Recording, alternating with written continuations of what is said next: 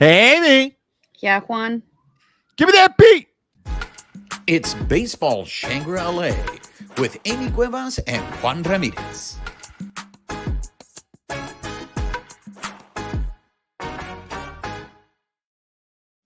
What's up, party people? She is Amy Cuevas. I am Juan Ramirez. You are listening or watching Baseball Shangri-La. For those of you that are listening on the audio portion, please make sure you are subscribed to our podcast.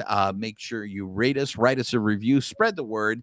If you're watching us on YouTube, make sure you're subscribed to our YouTube channel. Hit that thumbs up, hit that notification button, leave us comments. We'd love engaging with you guys. And finally, make sure you're following us on social media on X at BB Shangri-La, on Instagram, YouTube, and Twitch at Baseball Shangri-La. That's the best way you're going to be able to find when we drop new episodes because we still haven't figured out the whole schedule thing, right, Amy? We haven't, but hey, you guys have gotten episodes once a week, so there's that. Hi, Amy. How are you? Long time no see. It's been forever. I think we're still at no base running blunders. Yeah, that's quite impressive because the singing doesn't count as a base running blunder. I didn't mean for you to bring that up again. No, the singing does not. And I want to thank everyone who has loved my rendition of the Jeffersons theme song. Yes. Okay. Now you're just making stuff up. That might just become a thing, ladies and gentlemen. It's not becoming a thing, ladies and gentlemen. So at the time you guys are watching or listening to the show, the Doyers have started their series with the Gigantes of San Francisco. At the time we are recording this, it is game 1 of that series. We're going to go into detail and cover that series on the next episode.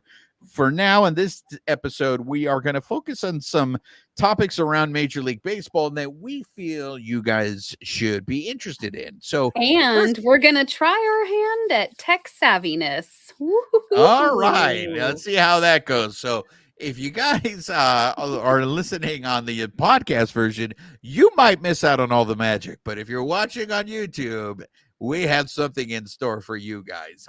Miss out. I don't know. Come out ahead. We're going to start off the show with this was all on Monday. So by the time you guys are watching this, this may be old news. The Dodgers may be, because here's the one thing, Amy, that fascinates me is this feels like something that could be clarified very easily, but yet nobody comes out to clarify it. And what we're talking about is this. They might be more focused on their offense or their pitching right now than squashing social media rumors. Or they love it, or they are enjoying this. They are enjoying this because the shit hit the fan. There was a leaked picture of what people believe is going to be the new Dodgers City Connect jersey. Is that my cue? Is that my cue? That is your cue. Let's go ahead. And for those of you who are watching on YouTube, we're going to show you guys a picture of what we're talking about. Well, the pressure. This leaked. Actually, I believe it leaked late Sunday night. And then Monday morning, it was all the talk. So there you can see it. If you're watching us on YouTube, you can go ahead and see what this new City Connect. And this does absolutely nothing for me, Amy. And the one thing I will preface. Not even the funfetti sparkles? Yeah, that's another thing. Okay, but we're going to get into all of this. But I just want to preface this before we break this down. I don't believe that these are the City Connect jerseys. I don't believe they are. And if I'm wrong, I'm going to save my venom for when they make this official, because if these are the new City Connect, then what? What are you going to do? Then I'm really going to go into. You're not going to buy one. Oh, hell no. I'm not going to buy one. But all right, take this monstrosity off. For those of you. Do you want to describe it to some of the people who might be listening? Okay, well, I can't even describe it. You describe it, because it is so blah to me. It is so nondescript. I know some people compare it to like the DirecTV signage. Like, how would you describe this? Because this is just so blah. So it looks like it might be a cream colored jersey. It does have like confetti all over it. It does harken back to the funfetti frosting phase of my childhood.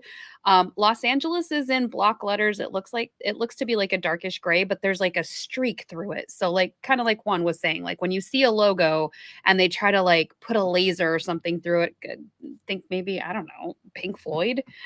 Like it's got like a Are you blue on and drugs a right now? Are I you on drugs right now? I Are have you listening to it backwards? Are I you have listening never to it done drugs backwards? in my life. Thank you very much. All right. But it's got like blue and like cream through the Los Angeles, and then the sleeves have this navy blue with a light blue, like a royal blue piping, and then a little red tag on it.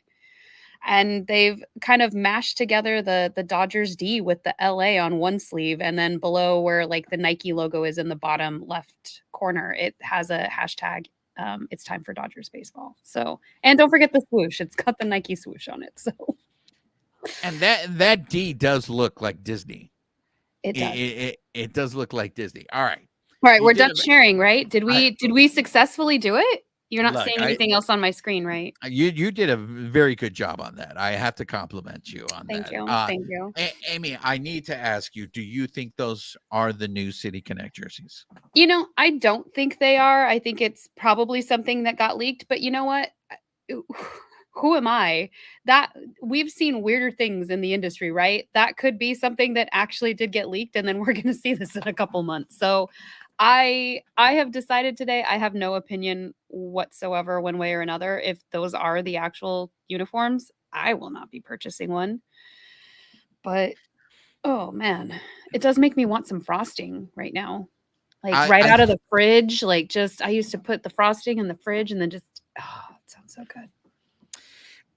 again, I reserve my venom for when this becomes official, because that's the other thing that has kind of baffled me is everybody is reacting like this is a done deal, like this is the new City Connect, and I don't know, like, who is the person that linked this, It that was like leaked a this. Humpty Dumpty from, and I think they're like stationed in Japan. That was the first person I saw. That's who I saw everybody quoting.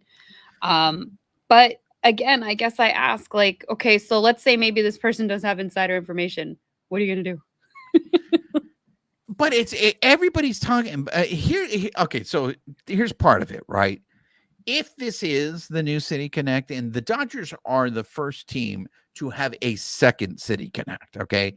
And the first City Connect is I don't know what it is the accurate way of describing it. If it is completely, if you could say lackluster, if you could say it's unimaginative, like to me, it just like they dropped the ball. So when I heard that they were going to get a second City Connect, I was like, okay, they get a chance to right a wrong and be creative and do something with it.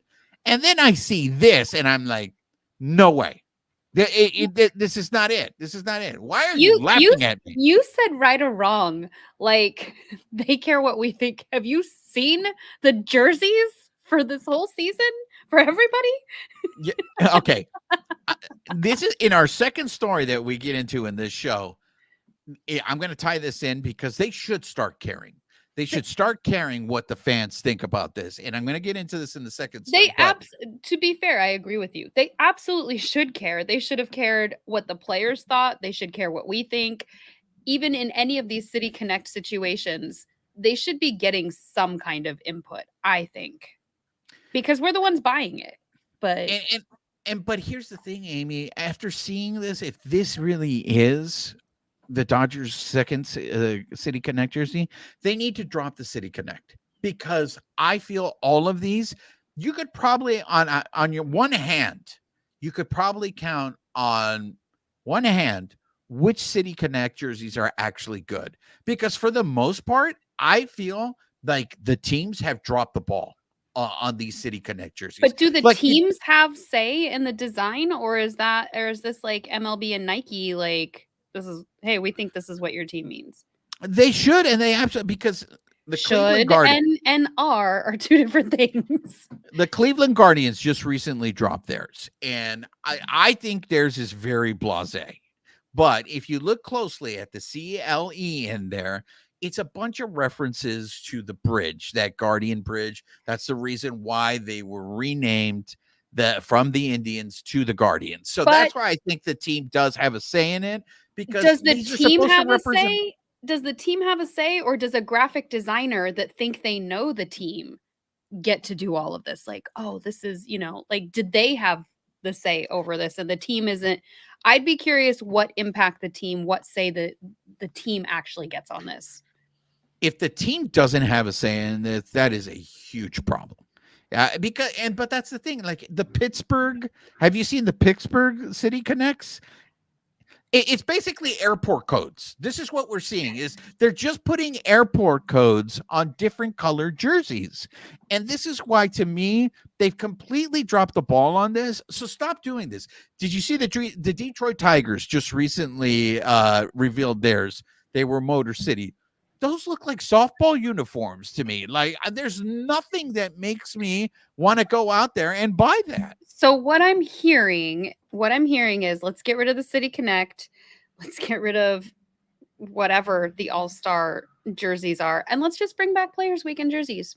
That's but like the good ones, not the black and the white weird ones. And the ones from the first year that they did it, the fun ones. This is why you and I should be running baseball, because we just figured it out in 10 minutes. That's a bold statement, sir. We figured this out in 10 minutes. I don't understand why Major League Baseball can't, because like to me, the team that got it right, to me they nailed it, are the Marlins of Miami, because their uniform is an homage to a Cuban baseball team. That uniform pays tribute to that city in Miami where that team played. And the Dodgers have an opportunity to do that. And I have been saying this for years. I've been saying this since the first City Connect. Hold on.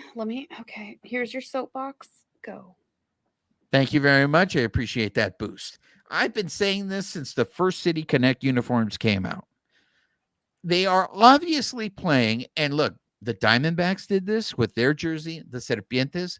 They're playing to their community. They have a Spanish-speaking community there, so they decided they're going to go with the Serpientes. Okay. Not a lot of creativity there. We're just going to turn Diamondbacks, and how do you say Diamondbacks in Spanish? Just say Serpientes. It'll work. They don't know the difference. Okay, let's do that. We get not Los Doyers, which is what a lot of people were like, do Los Doyers with a Y. Mm-hmm. No, they went with Los Dodgers. And it's like, all right, if you want to pay tribute to the Spanish-speaking community in Los Angeles, to me, what they should have done is paid tribute to the baseball team that played in LA before the Dodgers got here, and that's Los Choriceros. Los Choriceros, I know their colors are different than the Dodgers colors, and you're really going away. I know people have issue with the Red Sox City Connect jerseys because they are so different from the Red Sox traditional, because they're completely different color. Mm-hmm. They're completely different colors. So I know that if you pay tribute to the Choriceros, they're different colors, and it's like you're no way going to go ahead and associate the Dodgers with that. So a while back, and I don't know if you guys remember this, the Dodgers wore these powder blue Brooklyn uniforms. And this was back when like Andre Ethier and Matt Kemp were on the team. There's a famous picture of Kershaw, Andre Ethier, and Matt Kemp all wearing these powder blue Brooklyn uniforms. And a lot of people are saying you could have just done that. Now, the idea is it's a City Connect, so you can't all of a sudden throw Brooklyn on there. You had to find a way to make this about Los Angeles. You can't make it about Brooklyn. But I will say that I'm not a big fan of those powder blue Brooklyn uniforms, but I will say they're better than that fucking... Than the funfetti? Yeah, the funfetti that you showed me. Well, and this is the thing too, like when the season was starting, there were people who were creating their own versions of these. I think Doyers Dave, I think that's his handle on Twitter, had a couple of them. We even mentioned the In-N-Out one. Right. Like I feel like at this point, with what has come out, and people are clearly not thrilled. I'd be curious what the sales of these jerseys look like versus what they're hoping for. But like, why not have the community design this and then have like an all-out vote? Okay, we've decided on, You could do brackets. I mean, everybody loves brackets. Do a bracket of 10. Then you narrow it down to like whatever. Like you 12. I don't know. We need to make it even numbers. But you know what I mean? Do something like that. Let people get involved, and people from the city, people who love this team, and like, because I'm assuming to create it, it's going to cost the same no matter what. So it's got to be Amy, better than funfetti. you are so brilliant. And again, you should be the one making these decisions. 15 minutes into this program, you've already solved two things. You've already solved two problems in Major League Baseball. I just, for me, the Marlins, I know a lot of people like the White Sox jersey.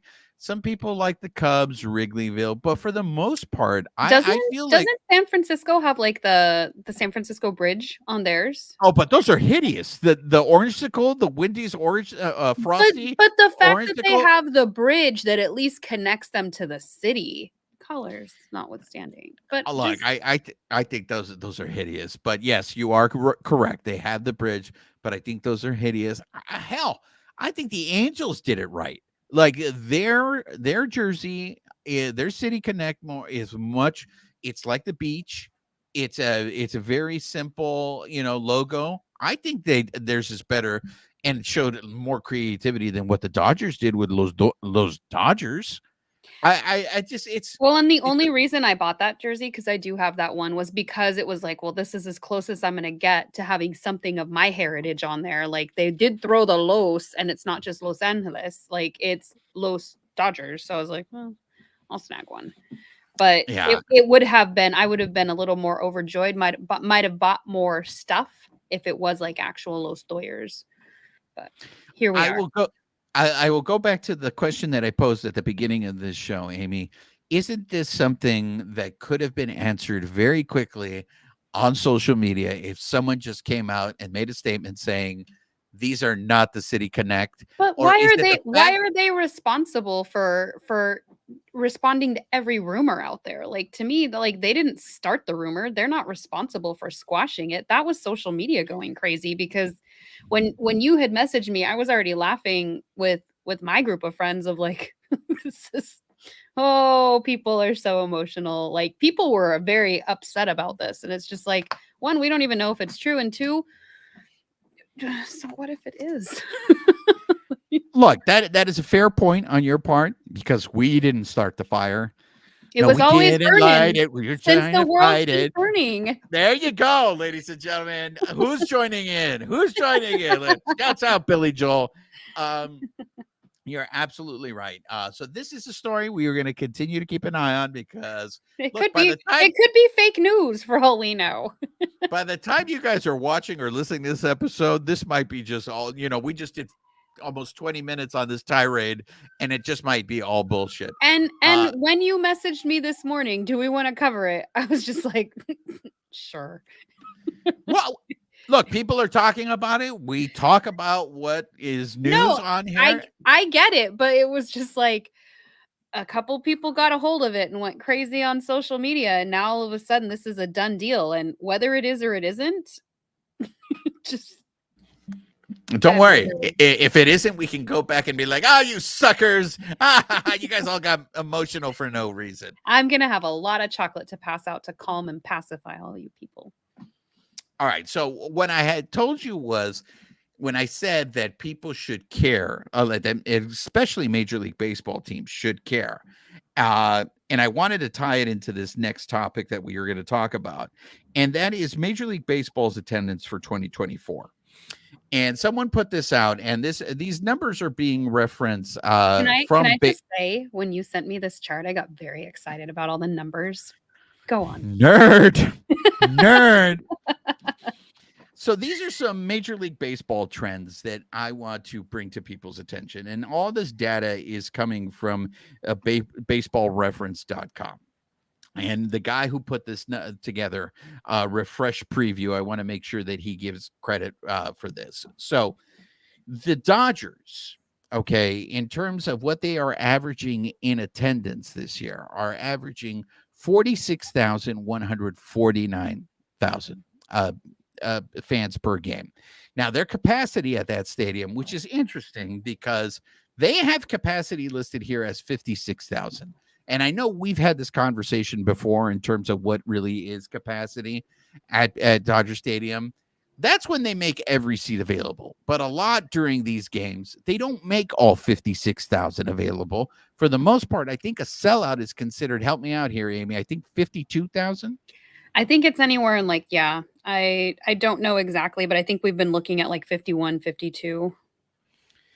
So the Dodgers had the highest average of fans in attendance so far. And look, they lead Major League Baseball in attendance. They are already over the million mark. They have 1,061,427 fans so far. The team that is second is the team that I just saw this past weekend in beautiful San Diego, and that's the Show Pods. The Show Pods are almost at 1 million. So the reason why I wanted to bring this up is what I find interesting was he compared the attendance from at this point from 2024 to 2023, and attendance per game for the Dodgers is actually down. It's down 4.5%. And I found that interesting. And I wanted to bring it up, Amy, because you would think with Shohei Ohtani on the team, the excitement that the offseason that they have, having Ohtani on the team and Yamamoto, that the attendance would be up, but it's down. Why are you surprised? Are you surprised by that? And why do you think that's so? I think it could be the cost of tickets. I think it could also be the perception. Maybe people are perceiving, oh, it's just going to be a zoo. Like, I don't want to go versus what it actually is. And, it's 46,000 versus, 48,000. The interwebs are saying that 53,393 in attendance is considered a sellout at Dodger Stadium. I don't know how accurate that is because I feel like we've been in the press box and they've announced the attendance and it's been lower and they've been like, this is considered a sellout. So I think that stat is not necessarily accurate, Wikipedia, but no, I mean, I'm not shocked. And I think we're getting all manner of fans at this point too. So I think it just depends on what people are willing to put up with, the price they're willing to pay, and how excited they are or are not about this team. I think you're absolutely spot on, though, on the price of the ticket. I do think that has impacted because ticket prices are higher this year.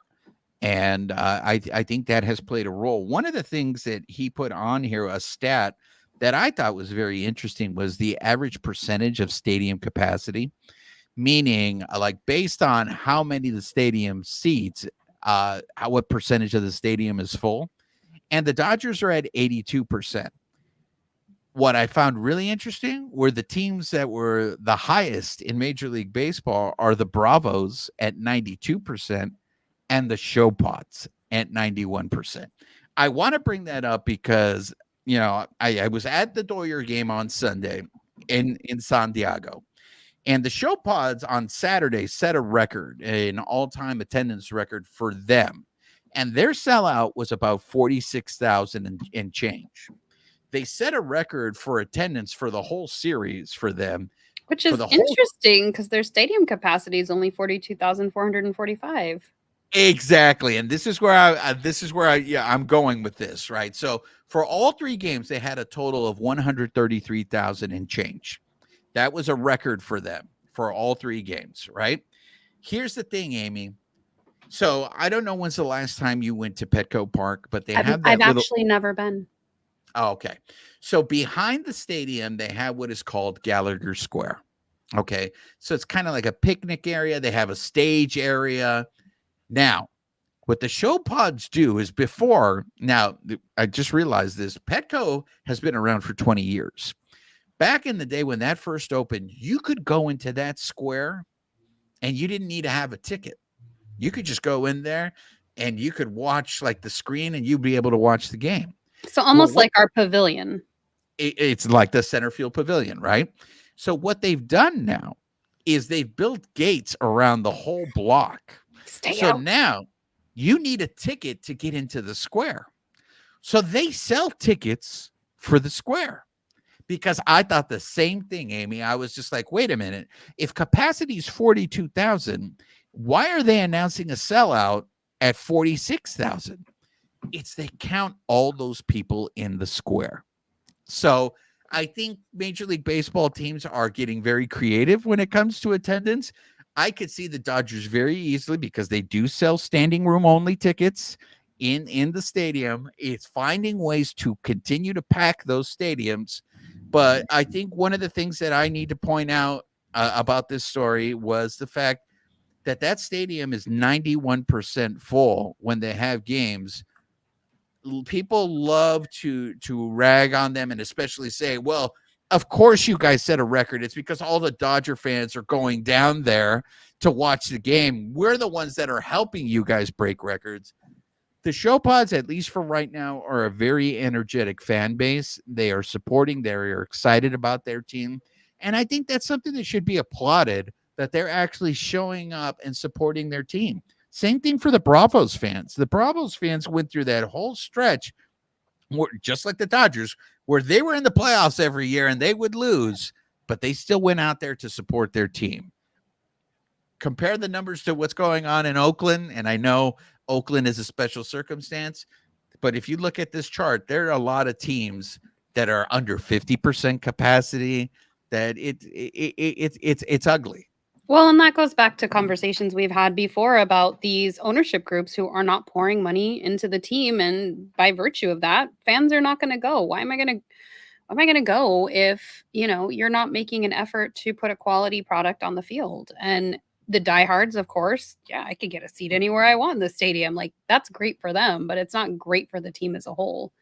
So again, something needs to shift, something needs to change. And if we're down like 2,000, 4.5% year over year, I don't think it's time to like panic for Dodger Stadium at this point yet. And plus, we're only a little of the ways through the season, so we have time to pick some of those numbers up. It just surprised me that attendance was down. I really thought with the acquisitions of Otani and Yamamoto, you would see an increase in attendance, and for it to be down, I agree with you. I think it has to do with pricing, and this is why I say they And need to start. perception. I think perception's part of it too, because if I assume it's going to be packed and I'm not going to be able to get a ticket, I'm just not even going to try. Not everybody's like us, where we go to so many games. There are some people who go to a game a year if they even go to one. So I think we have to factor in that there are all types of fans. There are weird ones, fanatics like us, and there are other people who just enjoy going once a year, once every couple of years. So takes all types. Absolutely. So you haven't been to Petco. I strongly recommend you go down to San Diego. That to me is one of my favorite ballparks. Yeah, I think this past weekend I leaned towards Petco over the Gigantes Stadium because I feel like the Gigantes Stadium is really nice as well. But Petco, look, it has better food than Dodger Stadium. The fact that it's in the middle of a city is a quality that really lends itself to it. Like, we got out of that stadium so quickly yesterday. Like, it was maybe like 15 minutes by the time we got to our car, and we were on the road out of there. And I get it. You can't really compare it to Dodger Stadium in that sense. But I think that's a catch 22 though as well, because I used to, when I lived in Northern California, I would go to the Giant Stadium and I know that's not what it's called. That's what I call it. So, but when the Dodgers would play, I would go there. But parking was a nightmare because they didn't really have a parking area. Like, you would have to rent from these local parking structures. You could pay anywhere from $40 to $100 just to get parking to go to the game. And to me, like, as much as people complain about Dodger Stadium and all the parking's going up, yeah, but I know I got a spot there somewhere.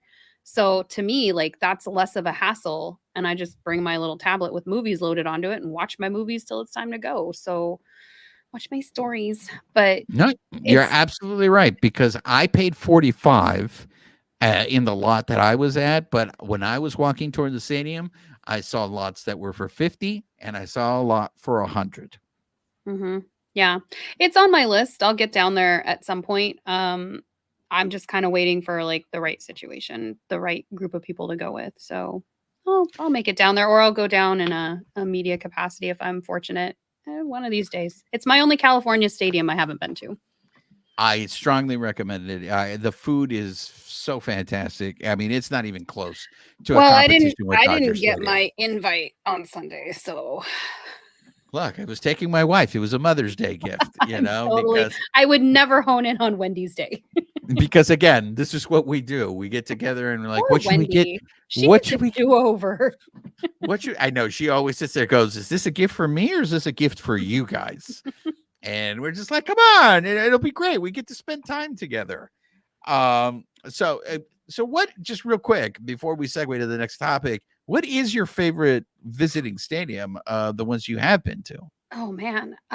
So my goal the last couple years has been to hit like the key ones. So I've been to Wrigley and I've been to Fenway and I loved them both just for the history because I'm a history nerd too. So it was just amazing to be in those stadiums.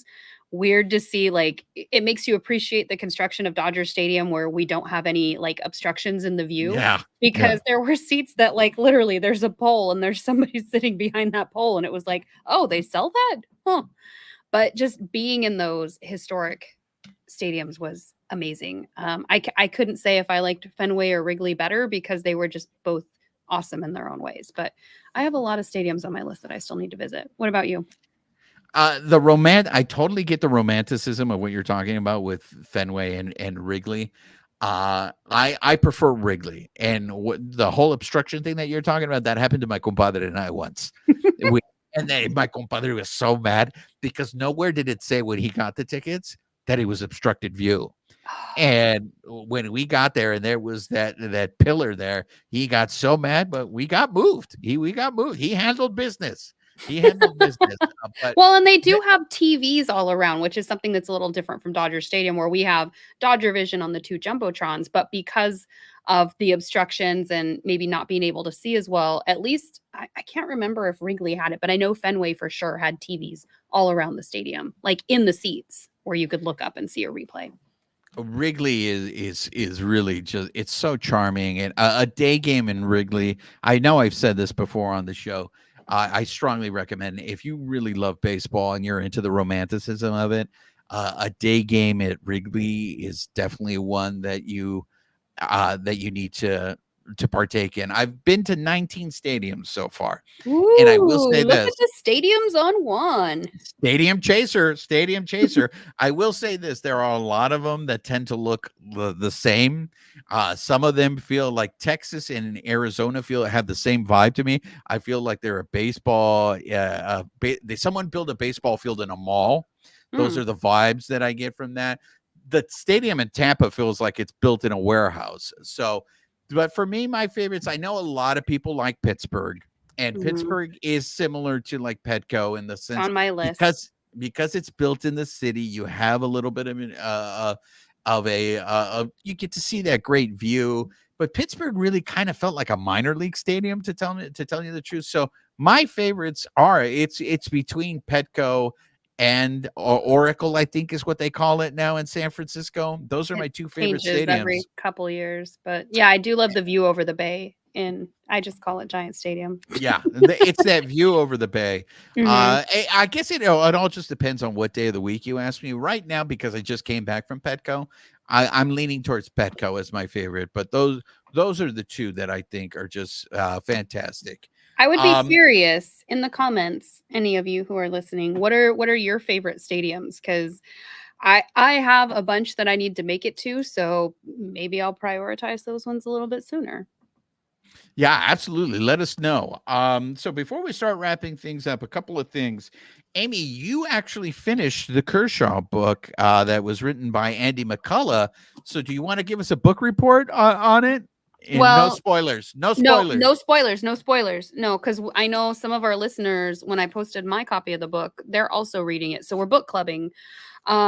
Just on the general, like it breaks down his routine, which I thought was very insightful, but it starts like any biography would, with his family life, how that impacted his drive and who he is as a person today, and also his relationships and how it shaped his personality. So I really enjoyed getting to know more of the Clayton Kershaw as he grew up, and not only getting to see him grow up, but also they took us through the years. So not only when your favorite Frank McCourt owned the Dodgers, yeah, and how he basically trashed the team, like way to go, dude.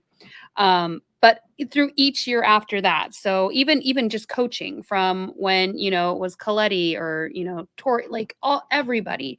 And so I found myself as I was reading, like reliving like where I was in my life when I was watching those games, because that's when I got back into baseball again. So it was just really interesting. And of course, there are going to be nods to 2017. So I got a little angry this weekend. But it was just really interesting to see it through his eyes and find out what motivates him. So if you guys are interested in what, he's a franchise player, like what his life that led him to this point looks like, definitely find it at your local library. There you go. So we're going to end the show on this last topic, and this is really more just of an update. Major League Baseball has announced that, they were doing Sunday games on Peacock, and now this year they're going to do them on the Roku channel. So they're exclusive to Roku. But one of the things I do, because a lot of people were like, well, I don't have a Roku, and I don't have a Roku. A lot of these you can just download the Roku app. And if you download the Roku app, my understanding is you will be able to watch the game for free. So it's all about downloading the app. Yes, Amy. It did say if you download the Roku channel app, it's free. It's available on Amazon Fire, on Samsung and Google TV. And if you don't have any of those, you can also go to the RokuChannel.com, and no login should be required. So there you go. And I know people are going to find a way to bitch about this because we bitch about everything. Look, I know people don't like the fact that there's games on Apple TV, but yet everybody raved about the technology that Apple TV. Yeah. So I didn't know this because I think usually when Apple TV is on, we're probably at games or doing something. I didn't know Apple TV gives you the option to turn off the commentators and just listen to the field level noise. So it sounds like you are at the game. So you can hear the crack of the bat. You can hear people catching things. You can hear the crowd and they'll pan through it. I didn't know that was a feature. So like I could turn the commentators off. I did not know that. And I think that is the biggest complaint with the Apple games are the commentators. But Dontrell is doing games for Apple this year. And Dontrell is a great color guy. So, and I think they're trying to change it up based on some of the feedback they've gotten over the years. Some people do like some of the changes they're making. So it's not just standard commentating. But I do really like the fact that we could just, if I want to turn it on and listen to the game and follow along with my ojos, with my eyes, and just like, all right, like that's a really cool option. Yeah, that is. I will say this about the Apple TV. I think they really did Katie Nolan wrong. They were obviously trying something new with her, and the amount of comments, the amount of shit that she actually had to take while she was on Apple TV, I think is completely unfair. Katie Nolan is a very, I think, talented, and she brings something different to sports. And maybe it just wasn't a fit because you have traditionalists. I don't know if that maybe was the right role for her, but the amount of shit that she took, I thought was completely unfair. But who knows who's going to be doing the commentary on these Roku games? That's something to clear about. But the fact, I think it is smart that they're making this accessible and it's free, because now nobody can bitch and moan, oh, now I got to subscribe to this, or it's like, no, not it's another free. app. Exactly. Well, and there were some people complaining that the games would be starting at 8:30, especially for West Coast starts. So they're not going to be doing that now. So the two West Coast games, there will be an Arizona at San Diego game on July 7th and a Dodgers at Arizona game on September 1st. And both of those have been changed to 1:10 p.m. games. So improvements, tiny though they may be. Absolutely. So that's going to do it for this episode. Amy, any last words? For my listeners that are potentially book clubbing with me that I don't know that we're book clubbing with, reach out to me on the socials. Let me know what your favorite parts of the book were. I've finished it now, so you guys won't spoil it for me, but I love talking books. So Hit me up. So that's going to do it for this episode of Baseball Shangri-La. Make sure, please, if you've been listening on the audio, that you are subscribed to the podcast.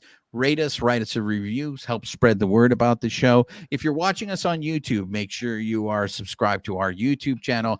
Hit that thumbs up button, hit the notification button, leave us comments. We love engaging with you.